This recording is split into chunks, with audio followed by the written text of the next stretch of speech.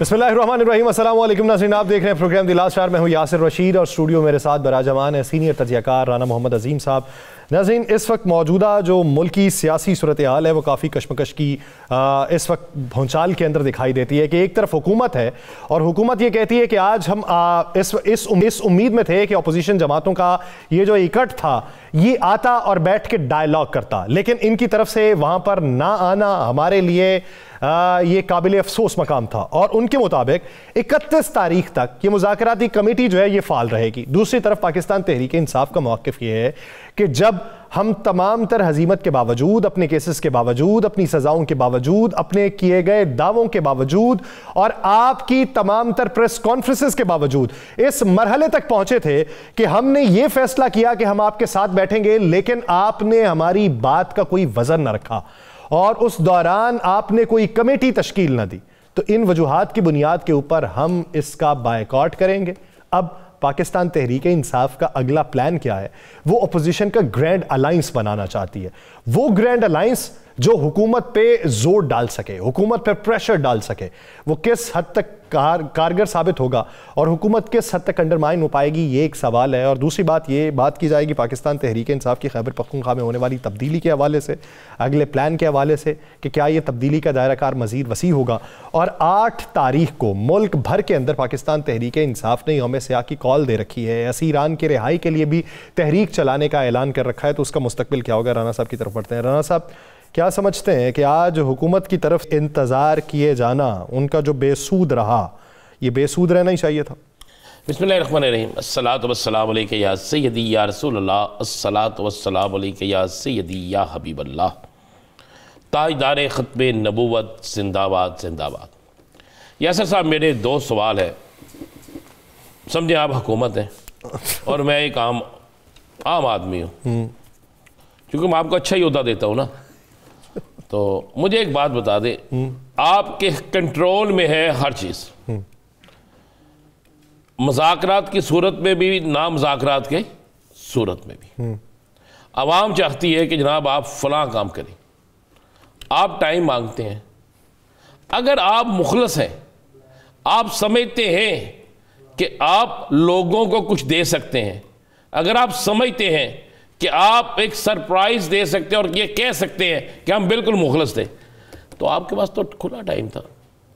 आप 1 मिनट से पहले अनाउंस करते, जनाब जुडिशल कमीशन नहीं, एक कमेटी है या जुडिशल कमीशन है, जिन मुकदमात का फैसला हो गया है या जो मुकदमा ज़ेर समात है उनको निकाल दें, बाकियों पे बैठ के बात कर लें। कुछ ना कुछ तो करना चाहिए था ना, कोई ना कोई बात तो होनी चाहिए थी। और आप हुकूमत भी हो, आपकी तरफ से बात भी कोई ना हो, आपकी तरफ से कोई रिस्पॉन्स भी ना हो, आपकी तरफ से कुछ आए भी ना, और आप साथ ये भी कहते हैं जनाब हम तो कुछ करना चाहते, और जो करना चाहते थे कर दियो। तानू किसी ने भरे पीका एक तो 10 मिनट लाया कर देते ने, ਉਹਦੇ ਵਾਸਤੇ तो सदर पाकिस्तान ਨੂੰ ਸਮਰੀ भी भेज ਛੱਡੀ है बना के पेज तक जी कानून के साइन करो, उतों भी 10 मिनट जो गया इन्हें ने। ये बाकी काम से 64 दिन 62 दिन 13 दिन 14 दिन 15 दिन, क्या इस पीका एक्ट पे मुशावरत हुई थी? अगर मुशावरत हुई थी तो यार फिर इस पर भी होनी चाहिए थी।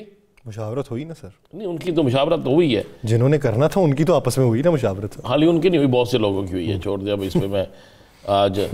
मुझे एक बात बताएं, जिस दिन पीका एक्ट आया है, सुबह सबसे पहली मुलाकात वज़ीर आज़म की किन से हुई थी? पीपल्स पार्टी वालों से? नहीं भाई,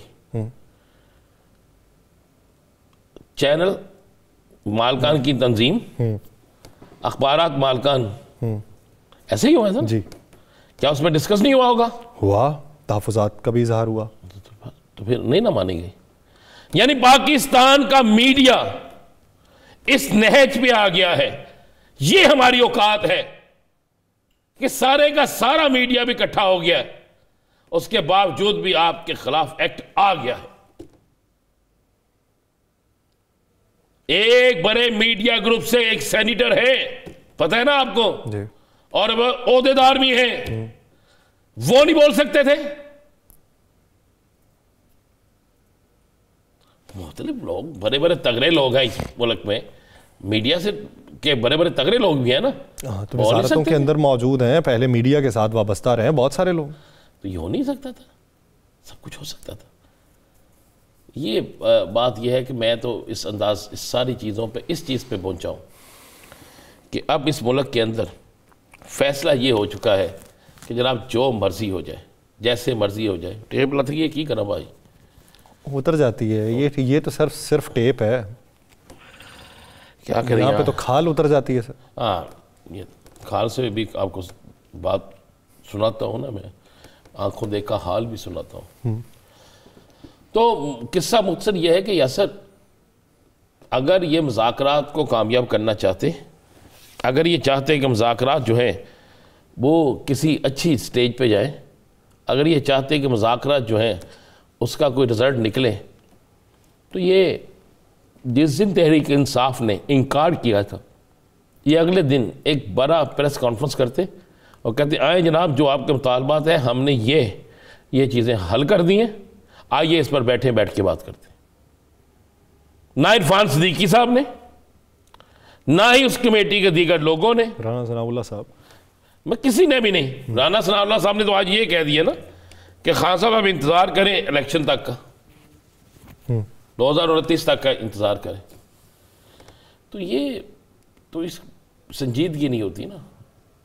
आप गवर्नमेंट है, आपको संजीदगी दिखानी चाहिए। अब आ जाते हैं ज़रा, आपने बात की अवाम को रगड़ा, अवाम को फला।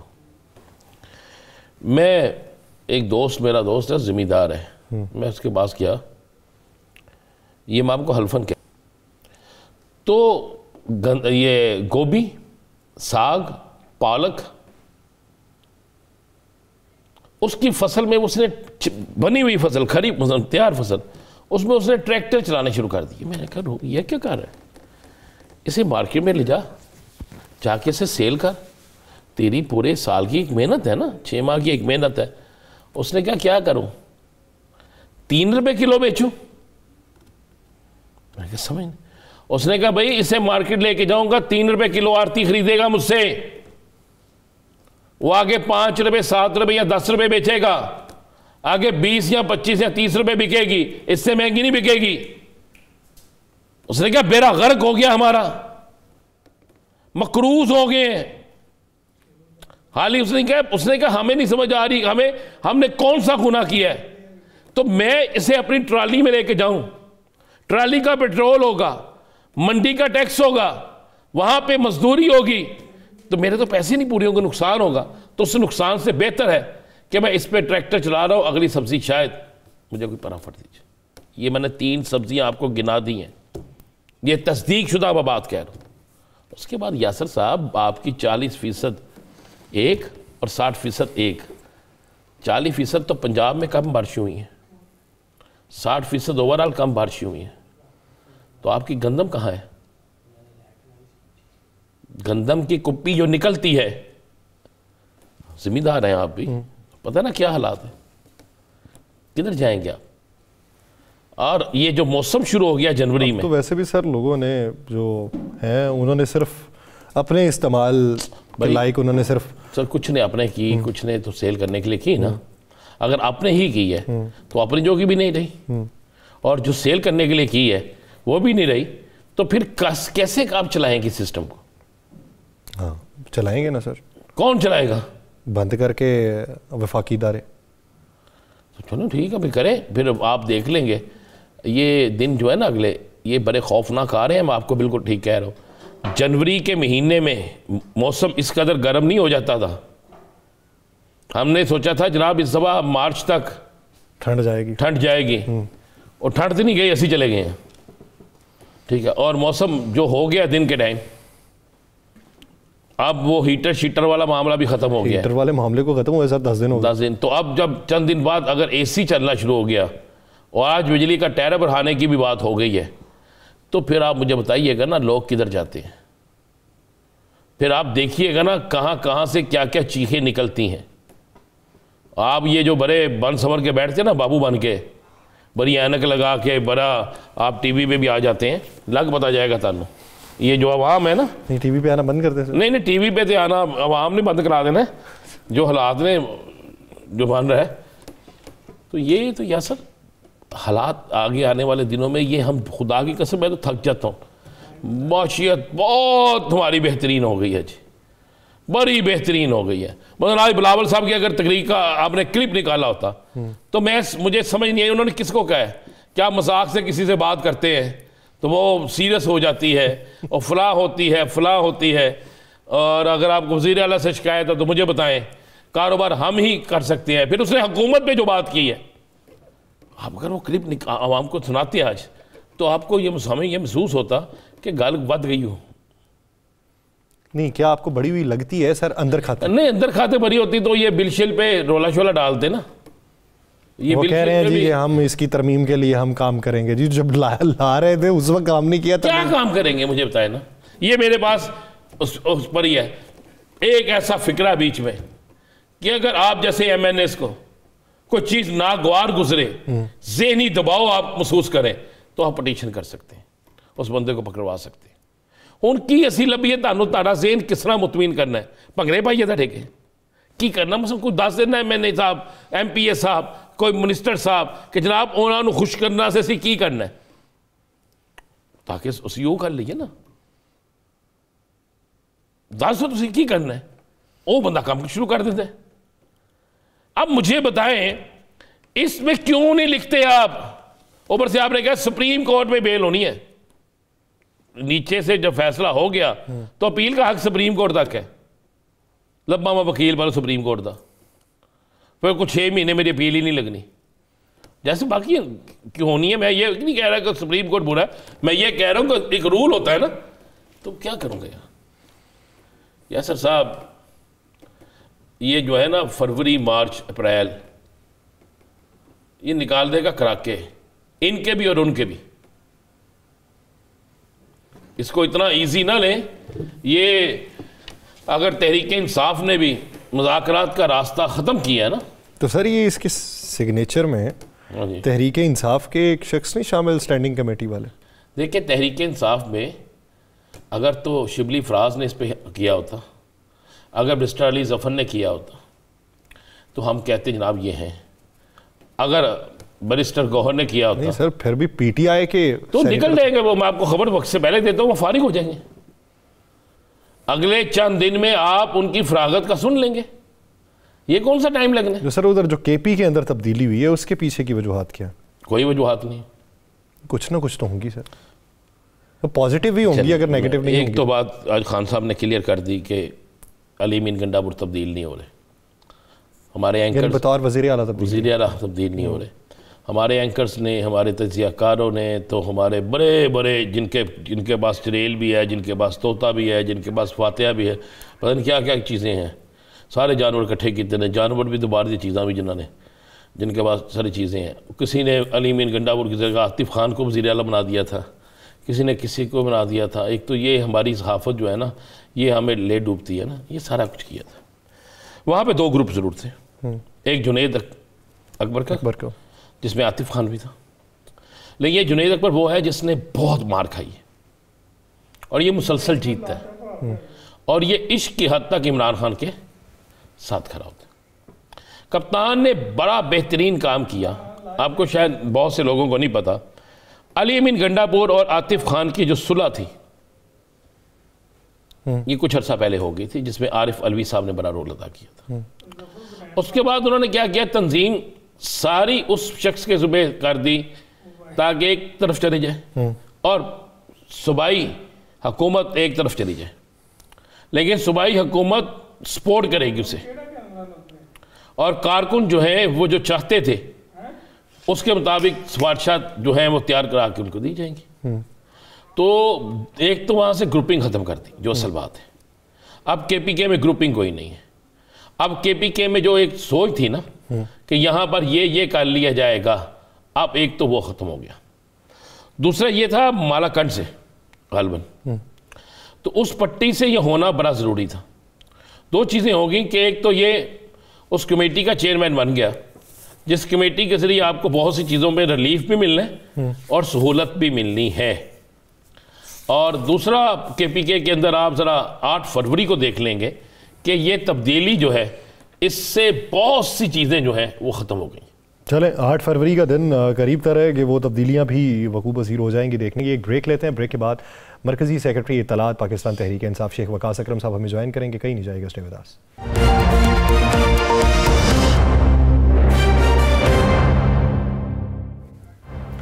ब्रेक के बाद खुशामदीद नाज़रीन। पाकिस्तान का सियासी मंजरनामा जिसमें इत्तेहाद जो है वो अब मजीद मजबूत होता दिखाई देगा। वफाकी हुकूमत का नहीं बल्कि अपोजिशन जमातों का।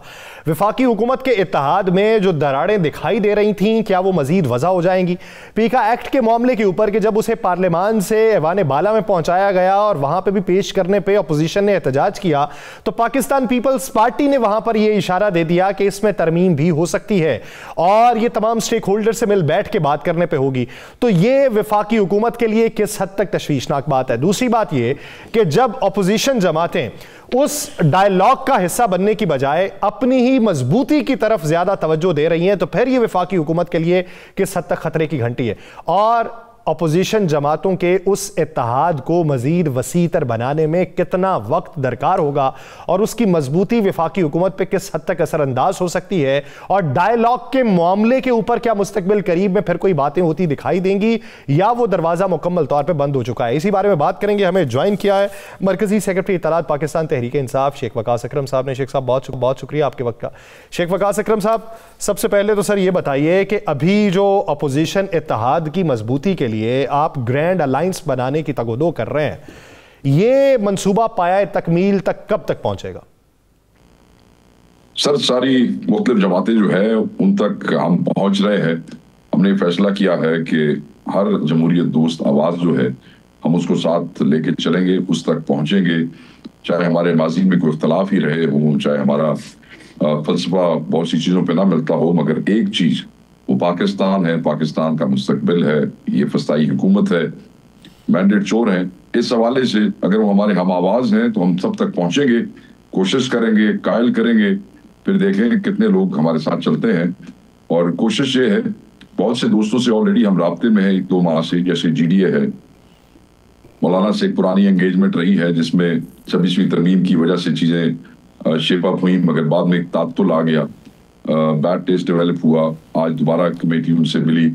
इसी तरीके से और बहुत सी अच्छा रही साहब हमारे मुखालिफ रहे, पर आप देखें पिछले साल के दौरान तहफ़्फ़ुज़ आईन पाकिस्तान जो है उसमें उनको हम लेके आए, उनको अपना प्रेसिडेंशियल कैंडिडेट भी बनाया। सो ज्यादा वक्त नहीं लगेगा, मगर बहरहाल सब तक पहुंचना है। It will take some time but not much, बहुत ज्यादा वक्त नहीं लगेगा। एक पीका एक्ट आ रहा है शेख साहब जिस पर तहरीक इंसाफ की क़यादत शदीद तरीन एहतजाज करती है, बाइकाट भी करती है, कापियाँ भी फाड़ती है, लेकिन उस पीका एक्ट की जो फाइनल कमेटी की तरफ से ऊपर होती है उसमें तहरीक इंसाफ के एक ज़ुम्मेदार का नाम सामने आ रहा है।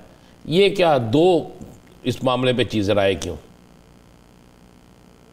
सर, आप मेरे ख्याल में सेनेट स्टैंडिंग कमेटी के चेयरमैन की बात कर रहे हैं। जी हाँ, तो मैं आपको वाज़ेह बता देता हूँ, ये सेनेटर साहब वो हैं जिनको 26वीं तरमीम में के टाइम में पार्टी से भाग जाने पर एक शो कॉज नोटिस इशू हुआ है। इन पे ये शक किया गया था कि शायद ये किसी चीज के एवज जो है ये पार्टी का वोट जो है वो पार्टी की मर्जी के मुताबिक नहीं देना चाहते, और ये बिल्कुल राब्ते से खत्म हो गए थे। 2 सेनेटर्स थे, खातून थी, एक ये फैसल सलीम थे, तो वो he still under that show cause notice, वो नोटिस इनको हुआ है। और आप देख लेंगे ये कमेटी भी यूजुअली इंटीरियर की कमेटी अपोजिशन को नहीं दी जाती सेनेट में।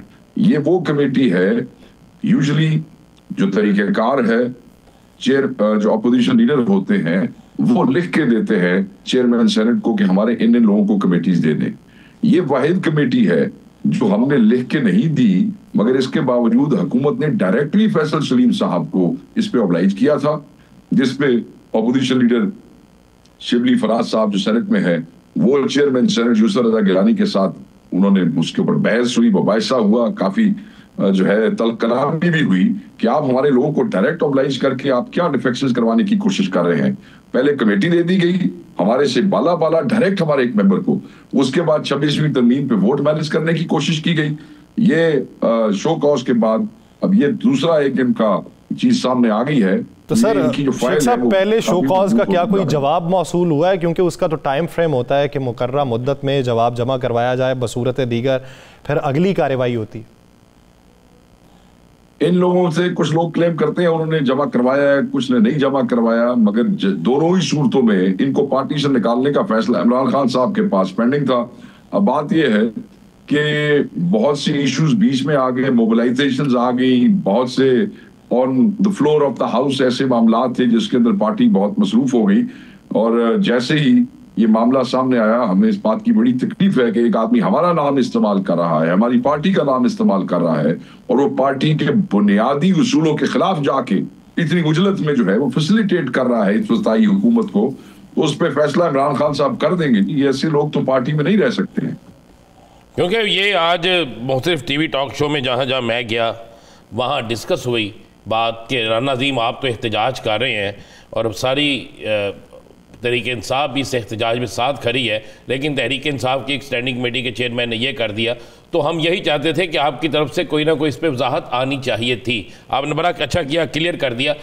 आप आगे सियासी हालात क्या आज राज साहब, मैंने आप अगर इजाजत दें, अगर रात अभी मैंने आपके साथ गुफ्तगू से 2-4 घंटे पहले एक प्रेस कॉन्फ्रेंस की है और उस प्रेस कॉन्फ्रेंस में भी ये वाजे किया है कि ये जो चेयरमैन है ये कौन है, इसका बैकग्राउंड क्या है, and he is under show cause. हमारा उससे इस मामले में कोई ताल्लुक नहीं है। हम आप देखें, हमने तो कौमी असेंबली में बोलने की कोशिश की, उमर अयूब को बोलने नहीं दिया गया, शिबली साहब ने अपना पूरा जोर लगाया। आज लाहौर की जो एहतजाज था उसमें हमारा opposition leader, chief organiser Punjab जो है आलिया हमजा, ये सारे वहां पे मौजूद। मैंने एहतजाज रखा हुआ था, उसी में आए थे, बिल्कुल आए थे सर। अच्छा, अब क्या सियासी जरा सूरत हाल पे हम बात कर लें थोड़ी सी शेख साहब। 8 फरवरी सुनने में आ रहा है कि लाहौर मीनार पाकिस्तान पे कुछ शो करने जा रहे हैं। नहीं सर, हर जिले के अंदर एहतजाज होगा और केपी वाले जो है वो सवाबी में करेंगे। बाकी पूरे पाकिस्तान में लोग अपने अपने जिले हेडक्वार्टर्स में, अपने अपने शहरों में, अपनी अपनी तहसीलों में अपने हिसाब से जो है एहतजाज करेंगे। आपको पता है कहीं सख्ती ज्यादा है, कहीं बहुत ज्यादा है। केपी में हमारे लिए आजादी है।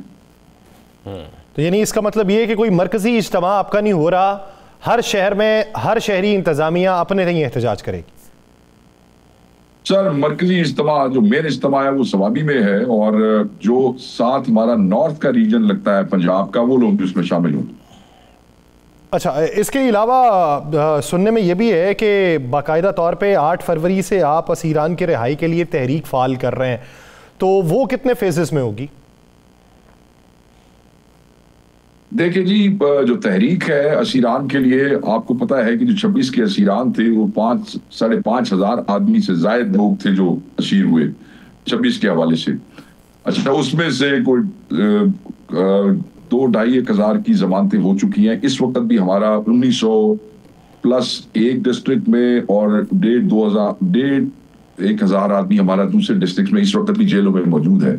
जमानतें हो रही हैं, कोई जजेस फौरी जमानत ले रहे हैं, उनको पता है कि जुल्म हुआ है, कुछ वैसे ही लटका रहे हैं, ड्रैग कर रहे हैं। तो हमारे वकला जो है और ILF की टीम वो डटी हुई है और हर तरीके से उसका सामना कर रही है। उसकी जो रेमेडीज है, जब यहाँ से इंसाफ नहीं मिलता तो फिर ऊपर जाते हैं।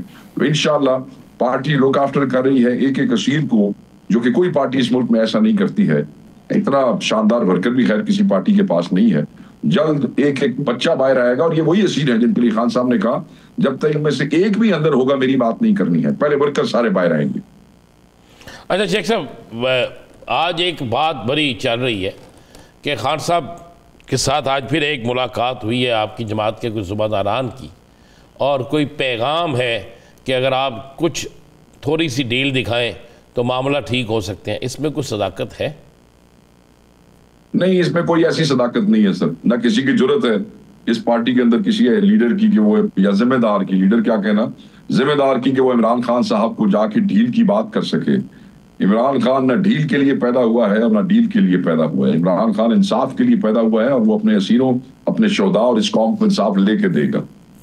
अच्छा शेख साहब, अगर देखा जाए तो ये जो खैबर पख्तूनख्वा के अंदर तब्दीली हुई और बादिन नज़र में वो मुखालिफ धड़ा था जिसको इख्तियारात तफवीज़ किए गए हैं, तो इसे अच्छी इब्तदा समझें या किसी बड़ी तब्दीली का पेश खैमा समझें? नहीं, ये कोई बड़ी तब्दीली का पेश ख्यामा नहीं है और कोई धड़ेबंदी नहीं है।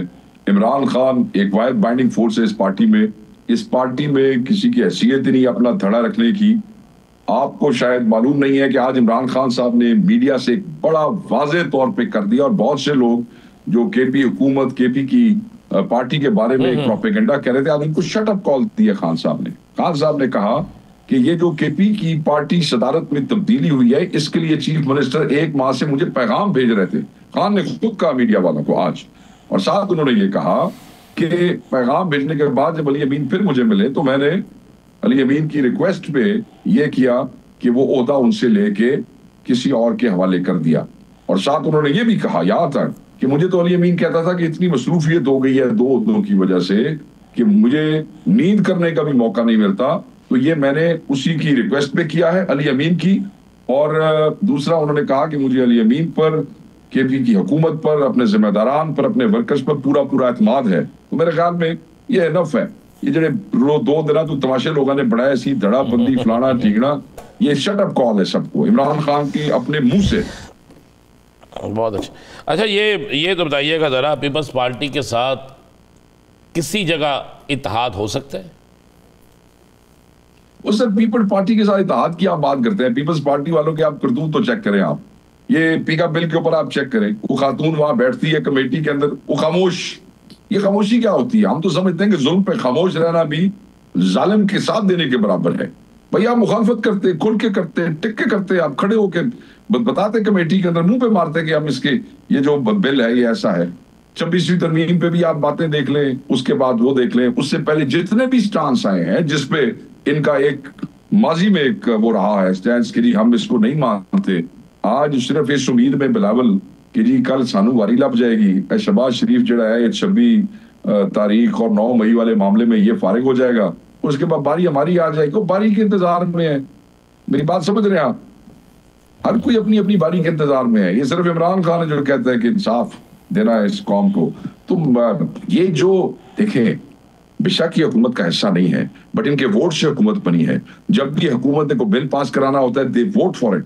जब भी हुकूमत ने कोई ऐसा गलीज काम करना होता है जो इस मुल्क के मुफाद में नहीं होता, जमहूरियत के खिलाफ होता है, आइन के खिलाफ होता है, they support them. They are the government, चाहे उसका हिस्सा हो या ना हो। So how can we trust them?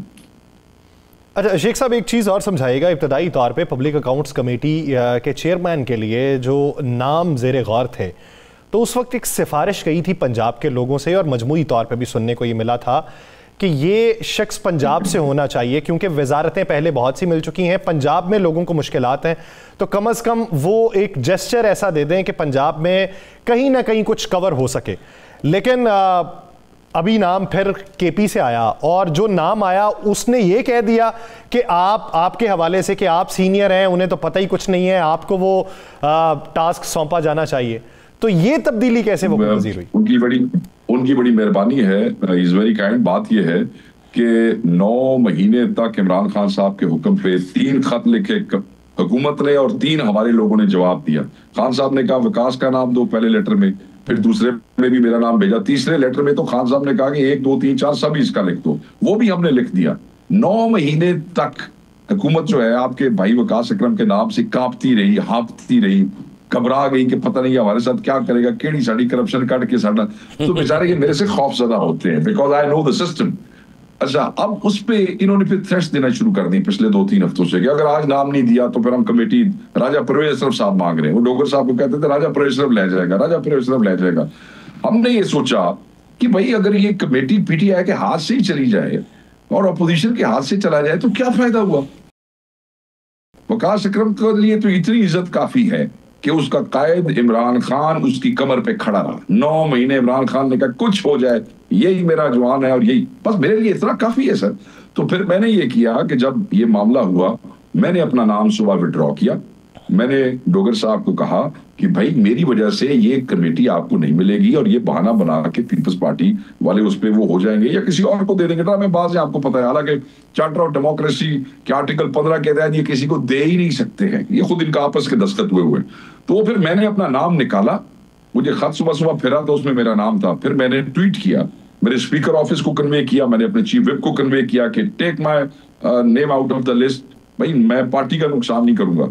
और वो हुआ, और उसके बाद एक नया लेटर ड्राफ्ट हुआ और वो आ गए। हाँ, खान साहब का यही था कुलिया कि पंजाब से अगर अपोजिशन, केपी से अगर अपोजिशन लीडर है तो पीएसी जो है वो पंजाब खान साहब का यही था, और खान साहब ने उस पर पूरी उससे खड़े रहे। मगर हालात कुछ ऐसे बने कि खान साहब को फौरी जो है वो एक नाम देना पड़ा। तो वो भी हमारा भाई है।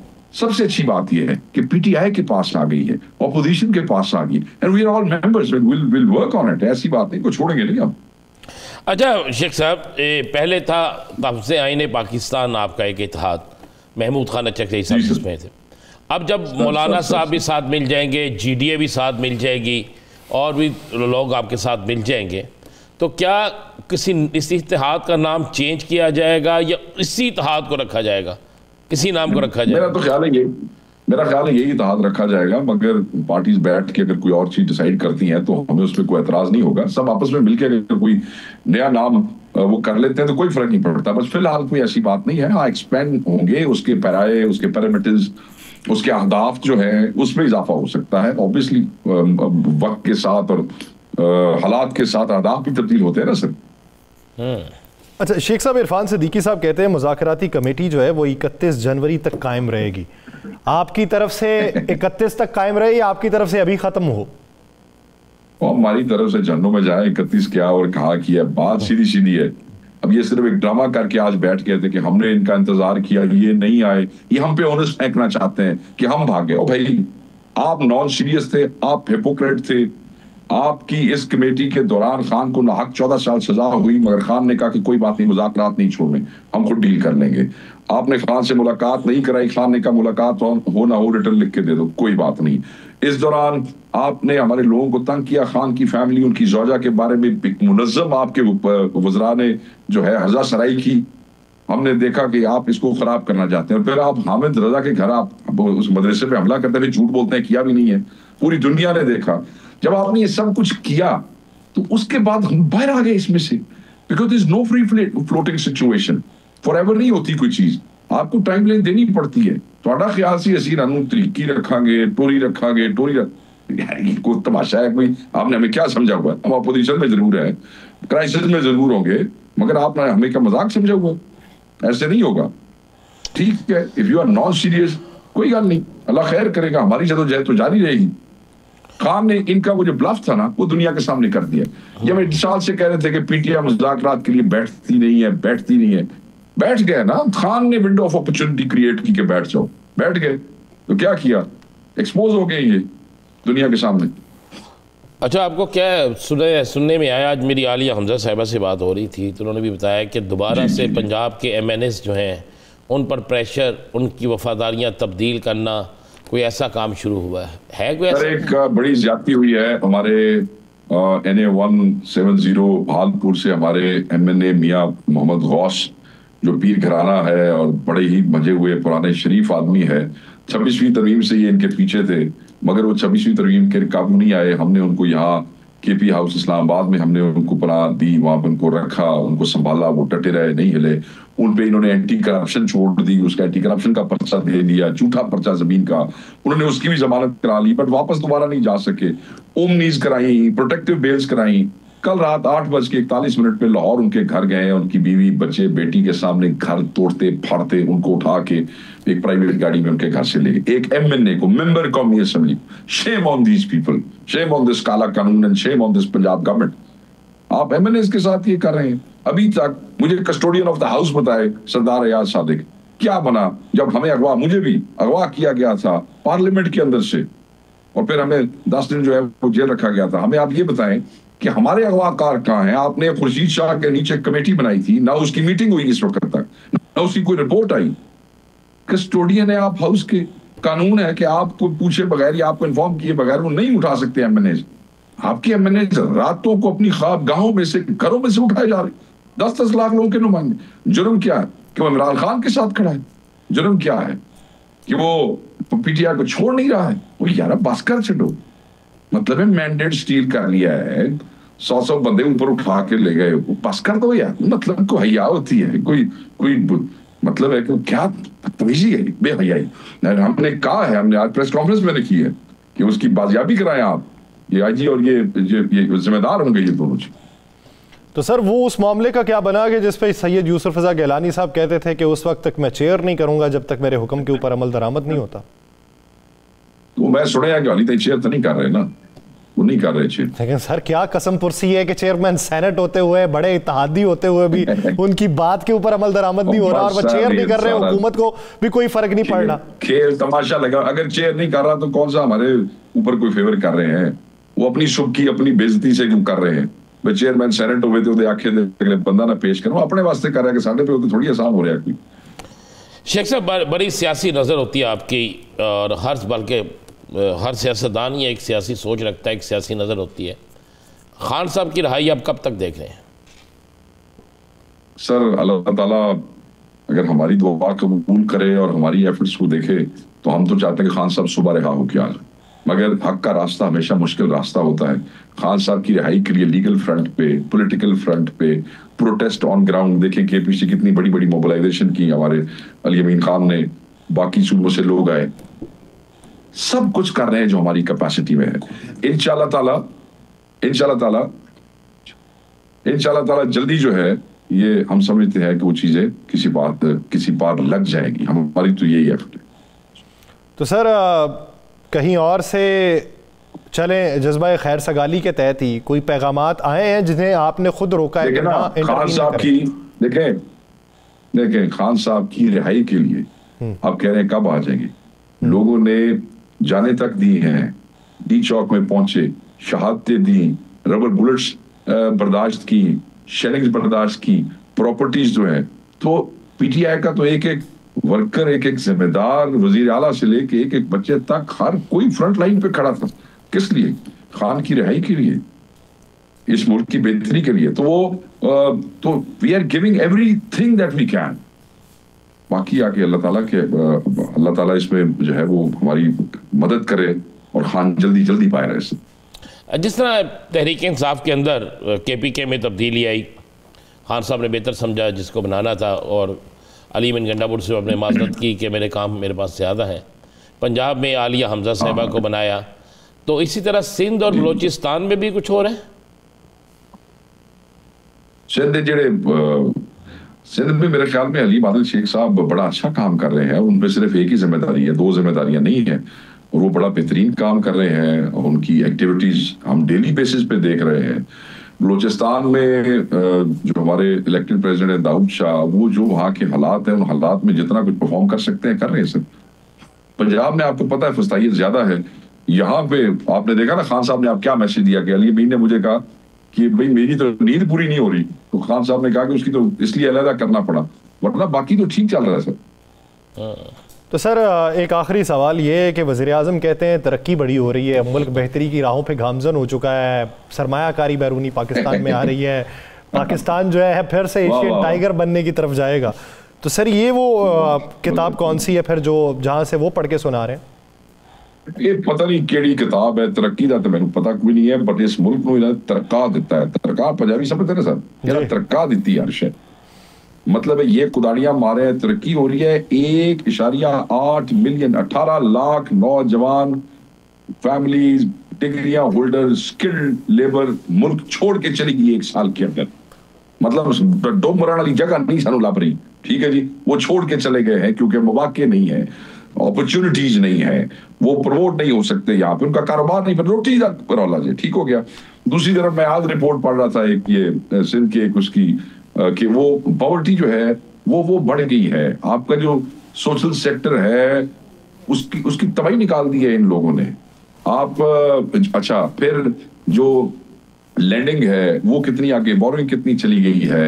आप इनकी जीडीपी ग्रोथ को आप देख लें, इन्फ्लेशन आप देख लें, ये वो फिगर्स तो दे रहे हैं, बट फॉरेक्स जे काम में तो दस रहे हैं, फॉरेक्स जे सिक्योरिटी देख लें।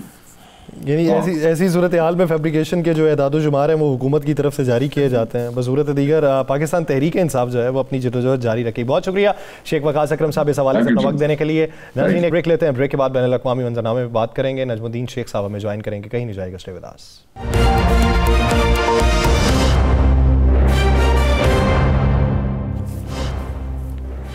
ब्रेक के बाद खुशामदीद नाज़रीन। इस वक्त हम जो है पाकिस्तानी मंजरनामे से ज़रा बाहर निकल के बैनुल अक़वामी मंजरनामे पे बात करते हैं कि एक तरफ डोनाल्ड जे ट्रंप के बरसरे इक़्तिदार में आने के बाद वो जो मुख्तलिफ यादाश्तों के ऊपर दस्तखत किए गए हैं, जो नए मुआहदे किए गए हैं, या जो पिछले एग्जेक्टिव ऑर्डर्स थे उनको मुनक़ता करके नए एग्जेक्टिव ऑर्डर्स जारी किए गए हैं, पॉलिसीज़ का तसलसल दिखाई नहीं दे रहा। और वो माइंडसेट जो डोनाल्ड ट्रंप लेके आए हैं वो मशरक़ वस्ता के ऊपर किस हद तक इम्प्लीमेंट होगा, यूरोपीय ममालिक किस हद तक असरअंदाज होंगे, और वो जो बायलैटरल ट्रेड है वो किस हद तक मुतासिर होगी, और जो दो तरफा ताउन वाले मंसूबे हैं क्या उस पर कोई कदगन आएगी या उसका जो हजम है वो मज़ीद आगे बढ़ेगा। इसी पे बात करेंगे। हमें ज्वाइन किया है साबिक सफ़ीर रहे नजमुद्दीन शेख साहब। नजमुद्दीन शेख साहब, बहुत शुक्रिया आपके वक्त का। नजमुद्दीन शेख साहब, क्या समझते हैं सर कि ये जो दूसरा दौरे इक़्तिदार है डोनाल्ड जे ट्रंप का, ये पिछले दौरे इक़्तिदार से किस हद तक मुख्तलिफ दिखाई देगा? एक हद तक मुख्तलिफ है, एक हद तक वही है, क्योंकि इस वक्त ट्रंप जब आया है तो उसने हाउस का भी कंट्रोल है उसके पास, सेनेट का भी कंट्रोल है। सेनेट में कुछ लोग हैं जो कि उसकी पॉलिसीज़ के साथ इख्तलाफ करेंगे, लेकिन बाय एंड लार्ज ट्रंप इस वक्त मर्तबा जब आया है तो उन्होंने तीनों जो पावर्स हैं वो कंट्रोल किए हुए हैं। और सुप्रीम कोर्ट में भी जो इसकी पहली अपॉइंटीज थे वो ज़्यादातर मेजॉरिटी में हैं, और इस वजह से आप ये समझ सकते हैं कि पहली मर्तबा ट्रंप की ऑलमोस्ट डिक्टेटोरियल पावर्स हैं अमेरिका में, डेमोक्रेसी होने के बावजूद वो इस वक्त उस किस्म के अख्तियारात हासिल कर सकता है जो कि नॉर्मली अमेरिका में नहीं होते। तो ट्रंप की पोजीशन बहुत स्ट्रांग है। अब सिर्फ ये है कि उसकी पॉलिसीज़ क्या होंगी। आपने ग्रीनलैंड का जिक्र किया, पनामा का जिक्र किया, ये चीज़ें हैं जिसमें मैं समझता हूँ कि जो धमकियाँ उसने दी हैं उसमें नेगोशिएशन की गुंजाइश है, और वो नेगोशिएशंस होंगी। जहाँ तक इंटरनल सिचुएशन है उसमें जब उसने रोका है कि फेडरल फंडिंग हम रोकेंगे, ट्रांसजेंडर पॉलिसीज़ को हम चेंज करेंगे, और मेरी नज़र में जो अहम चीज़ है कि ड्रिल बेबी ड्रिल, हम और तेल और गैस प्रोड्यूस करेंगे, और ड्रिल और इस ऑयल और गैस के लिए हम मार्केट ढूंढेंगे जिसमें हम कम्पीट करेंगे, ख़ास तौर पे यूरोपियन मार्केट के लिए। तो ये चीज़ें हैं जो जिस पे तवज्जो देनी है मुल्क दुनिया भर को, और हमें भी इस पे हम भी असरअंदाज हो सकते हैं। हालांकि हमारी जो एक्सपोर्ट्स हैं अमेरिका को वो इस नौइयत की हैं जो कि मेरी नज़र में अफेक्ट नहीं होनी चाहिए, क्योंकि वो इस किस्म की नहीं है जो नौकरियां और जो मुलाजमत ट्रंप चाहता है कि वापस ट्रंप अमेरिका आए, उसमें जो चीज़ें पाकिस्तान पैदा करता है और भेजता है अमेरिका वो शामिल नहीं होंगी।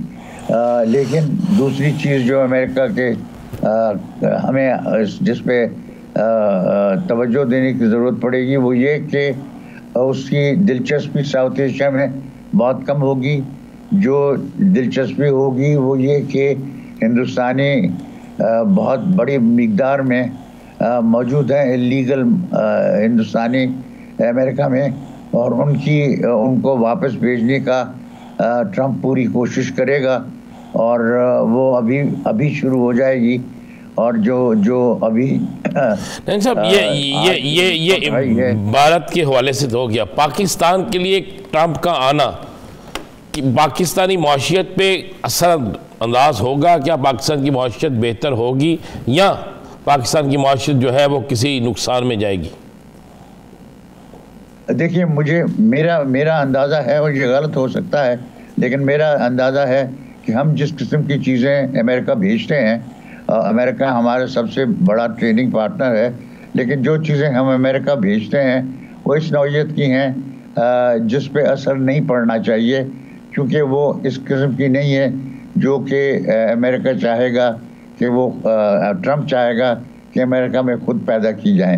हमारे $5 वाली कमीज़ जो है वो अमेरिका नहीं चाहेगा। अमेरिका जो कमीज़ें देखना चाहेगा वो $50 और $55 वाली कमीज़ें होंगी, और वो नौकरियां अमेरिका नहीं चाहेगा।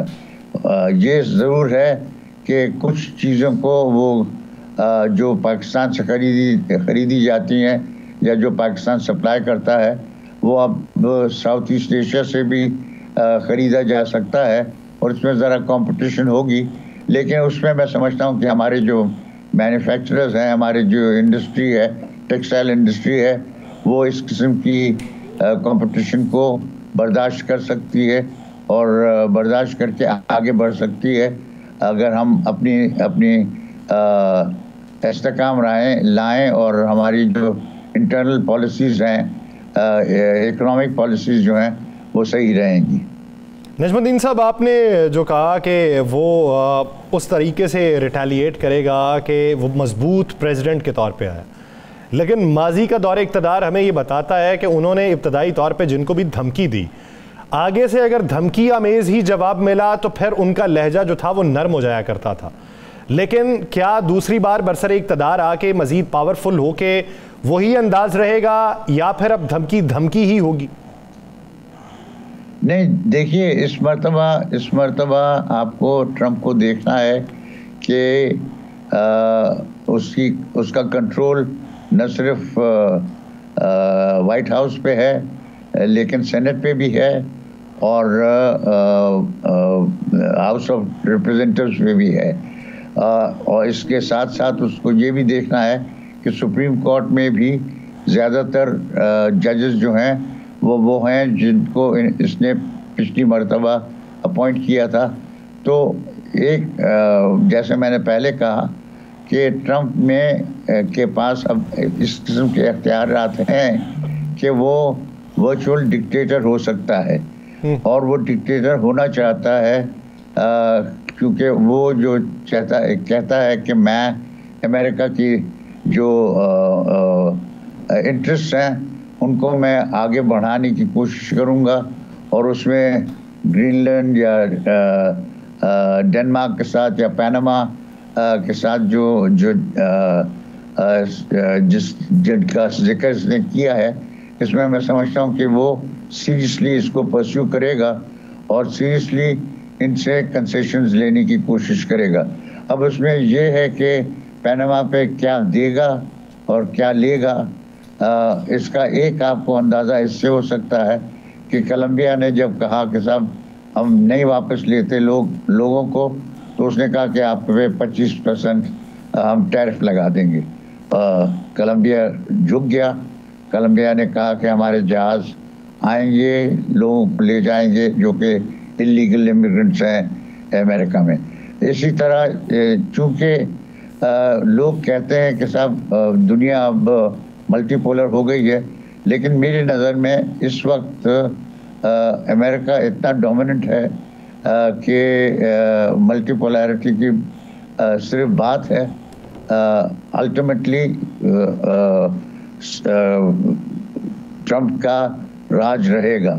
अच्छा, ये तो हो गया। आप क्या समझते हैं कि पाकिस्तान की सियासत पर भी इसका कोई असर होगा?